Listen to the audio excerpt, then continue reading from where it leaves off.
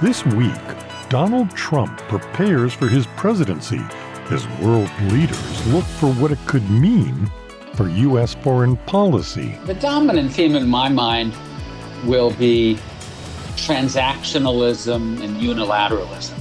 And a look at what led to Trump's decisive election win. When you look at some of the data about what kind of pushed Trump over the top, it was male voters and voters of color. Join us on The Voice of America as we explore the issues in the news. Hello, I'm Lori London. And I'm Scott Walterman. From this day forward, it's going to be only America first. That was from Donald Trump's first inaugural speech. His policy approach in world affairs is more isolationist diplomatically, non-interventionist militarily, and protectionist economically. The U.S. is currently paying much more than any other nation, and that is not fair to the United States or the United States taxpayer. Trump critics and supporters say America's place in world affairs and security will fundamentally change. Joining us now for some perspective on what those changes might look like is Charles Cupin, Senior Fellow at the Council on Foreign Relations and a Professor of International Affairs at Georgetown University. So thank you so much for taking the time to be with us today. My pleasure. So tell me, big picture, what we should expect from a Trump administration foreign policy. The dominant theme in my mind will be transactionalism and unilateralism. And by that I mean that President Trump seems to be someone who operates less as a statesman and more as a real estate mogul.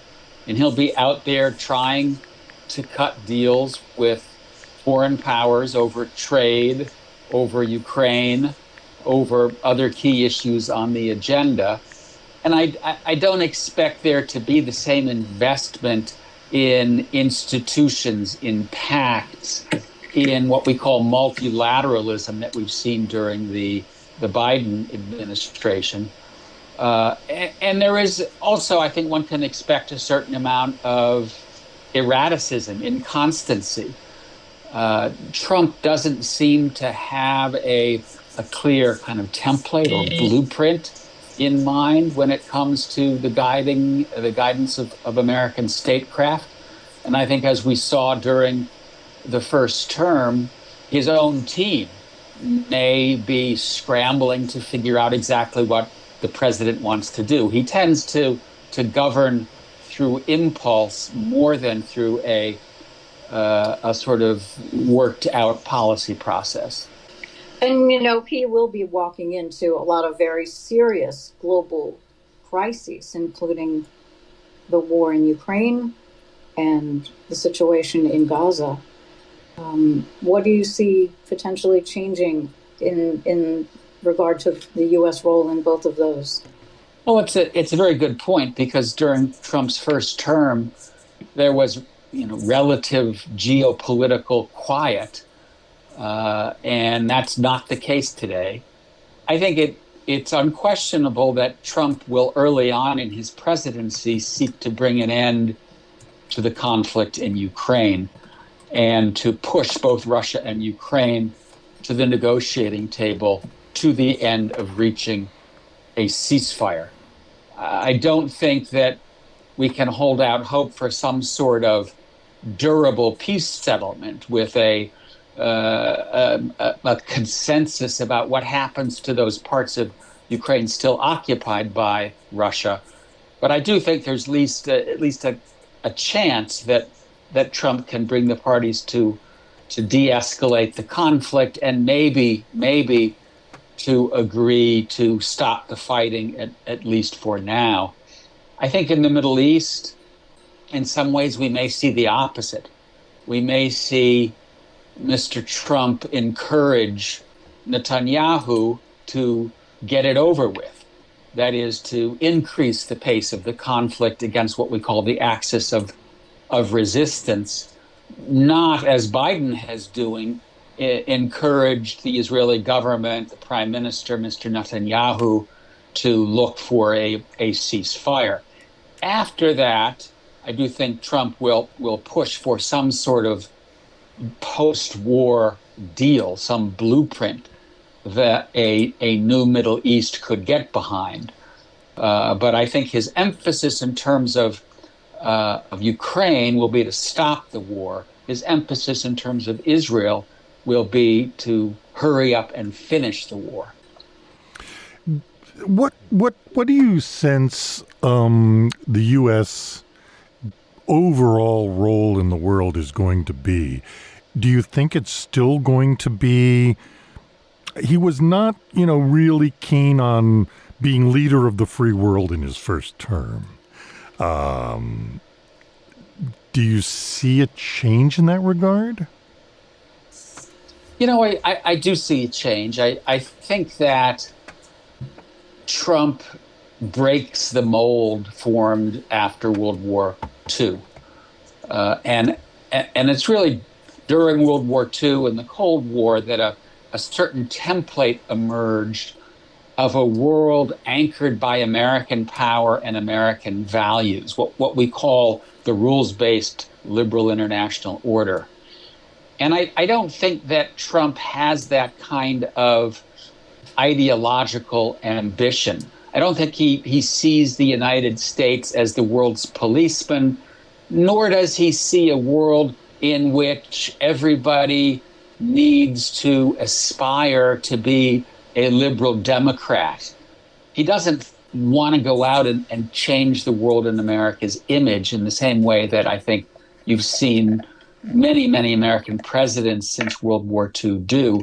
And in that respect, he'll be more of a pragmatist, of a deal maker. And I think that there's some value to that in the sense that, President Biden portrayed this century as defined by a clash between democracy and autocracy, very ideological take on what the world looks like today. And I think Trump will say, you know what, I'll work with anybody who will work with me. And that's, I think, an advantage because we now live in a world that is becoming very much ideologically diverse, in which power is diffusing from north to south and from west to east. And the kind of ability of the United States to be the world's policeman and to push out its values that's becoming harder over time.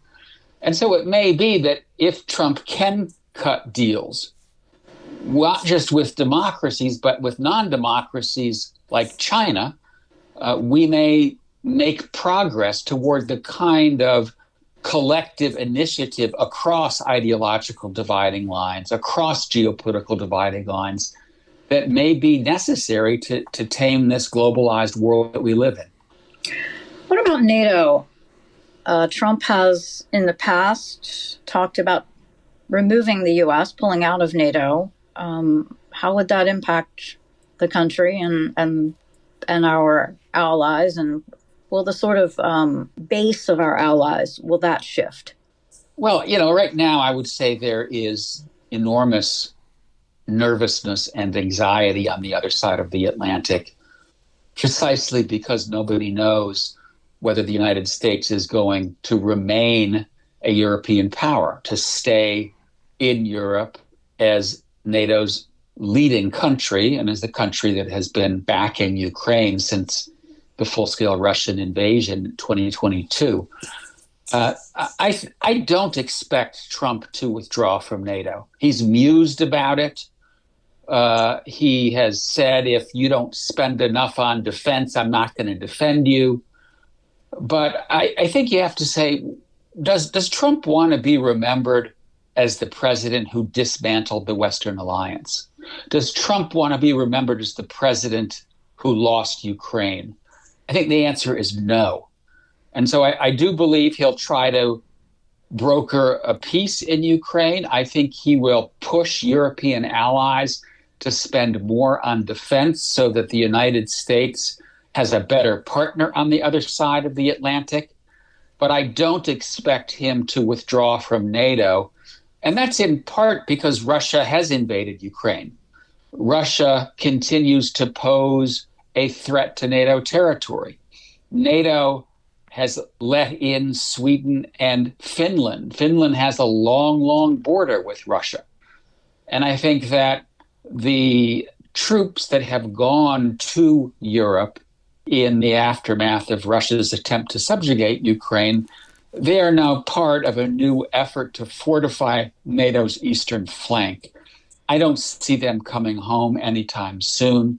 I see Trump pushing, as I said, NATO allies to shoulder a fairer share of the defense burden.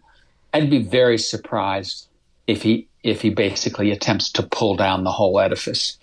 You talked a little bit about a sort of realignment of philosophy globally, and you see the loose coalition between China, Russia, North Korea, the global South, BRICS. How do you think we play into that in terms of what you said before?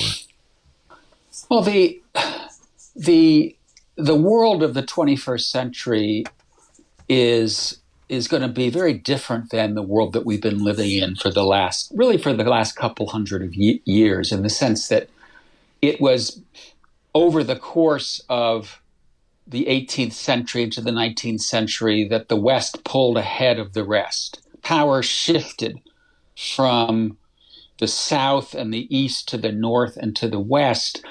And first Europe, and then Europe alongside the United States, have been at the vanguard of history ever since. They have enjoyed material and ideological prominence, dominance even.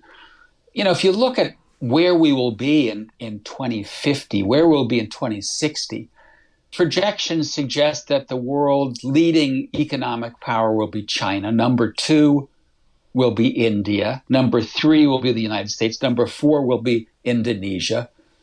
And our traditional allies, like Japan and Germany and France, they will fall way down the ranking.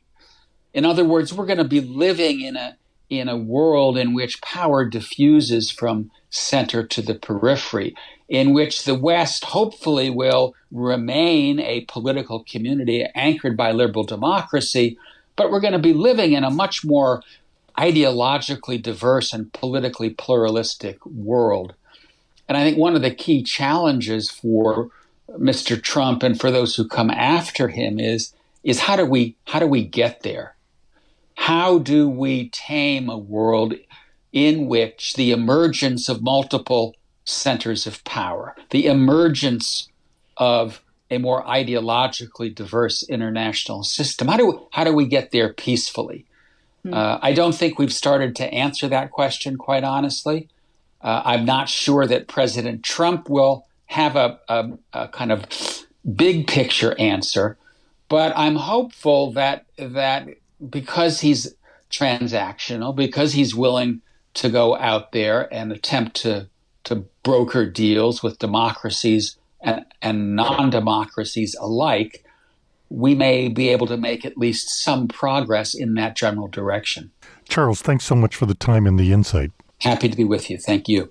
That was Charles Cupin, Senior Fellow at the Council on Foreign Relations and Professor of International Affairs at Georgetown University.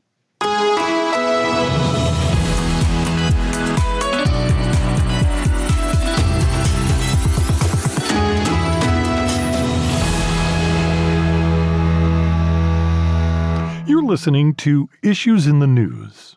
I'm Scott Walterman with Lori London. For over 200 years, America has carried on the greatest experiment in self-government in the history of the world. And that's not hyperbole, that's a fact.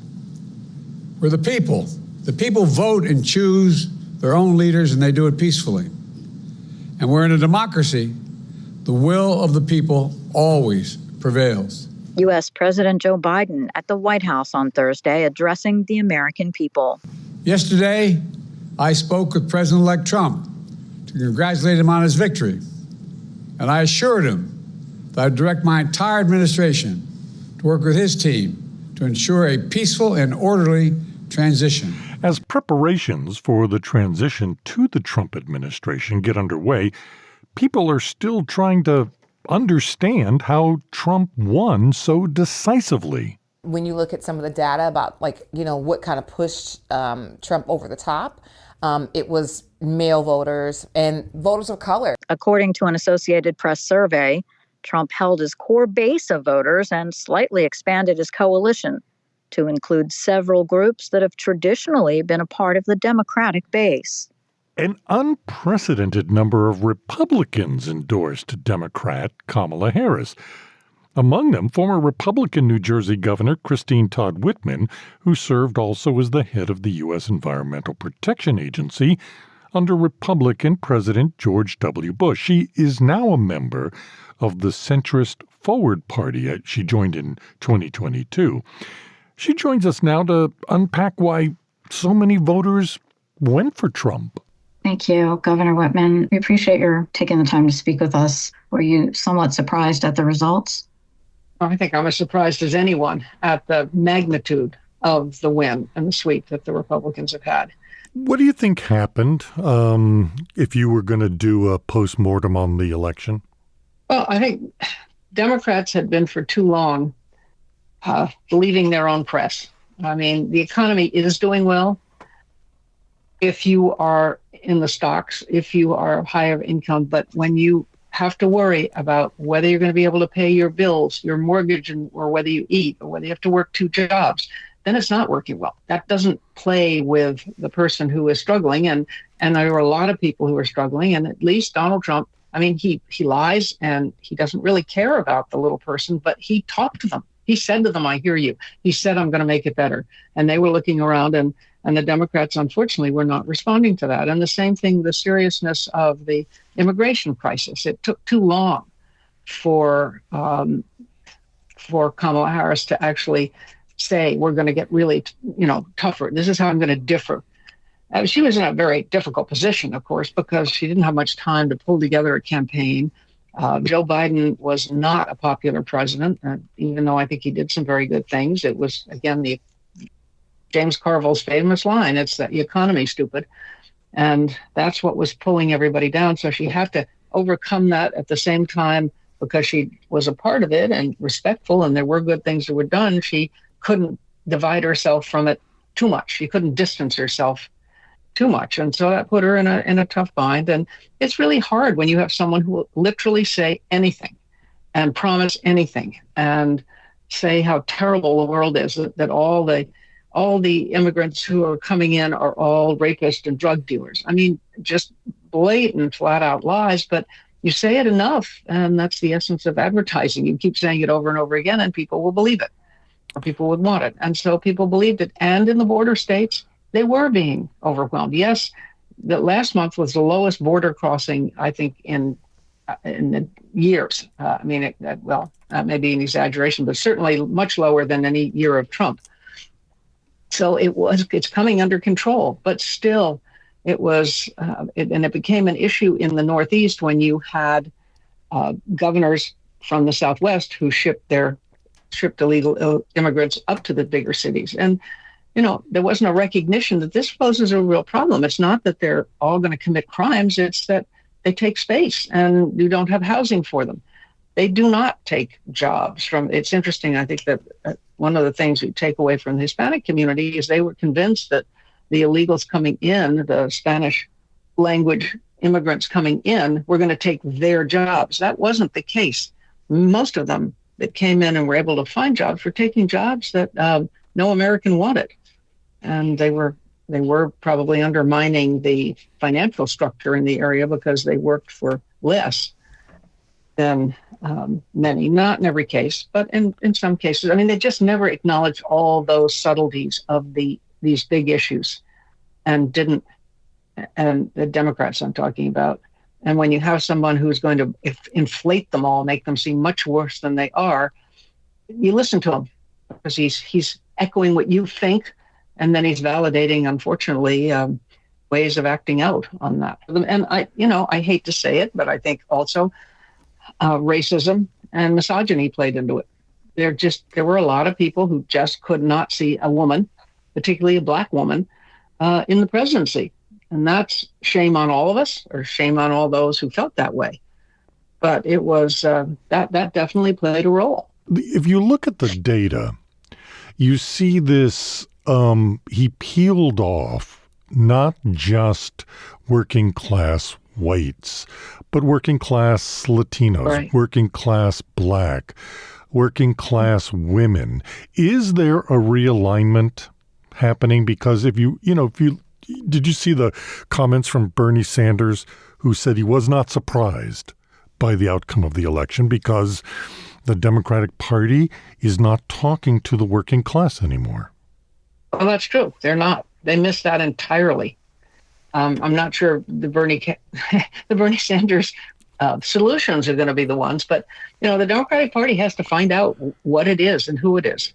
And I think a lot of the people who voted, who had been Democrats, who voted Republican, they felt that just as a lot of the Republicans who voted for Kamala felt the Republican Party had left them, there are a lot of Democrats who think the Democratic Party is moving too far to the left. Kamala ran very much to the left 4 years ago. And she has changed. And that's okay if someone will stand up and say, look, I've learned things. And when I learn things, I'm willing to change if I think I should. What do you do when you find out new facts that are contrary to what you knew before? If she'd said something like that, I think people would have become more comfortable, because she was running very much from the center in this election, in an upbeat election. But I think people just didn't trust, and they were able to put up, the Trump people were able to put up those ads at the very end, talking about how she was way out in left field. And that scared a lot of people. It's interesting, though, They were willing because to believe it. the coalition that she had, we're talking Dick Cheney and Bernie Sanders, Liz Cheney, and Right. all these unprecedented number of Republicans, which was sort of stunning, and that were crossing over, including, many in his former team, including, Yes. military Saying he was in leaders. danger, right? Right. And so you I would think talked to that one person. Yeah, but I talked to a person at church who came up to me a week ago and said, well, are you still an anti-Trumper? And I said, yes, more than ever. And so he sort of humped and said, and I said, well, what about when you have the people closest to him? What about when you have Kelly, Mattis? And his response was, well, they're entitled to their opinion. And I wanted to say, but they've worked with him. They know him. But it wasn't going to change anything. Once that mind was made up, it didn't matter if you'd been the closest to the president you could be and you were saying this man is unfit for office. That was just your opinion.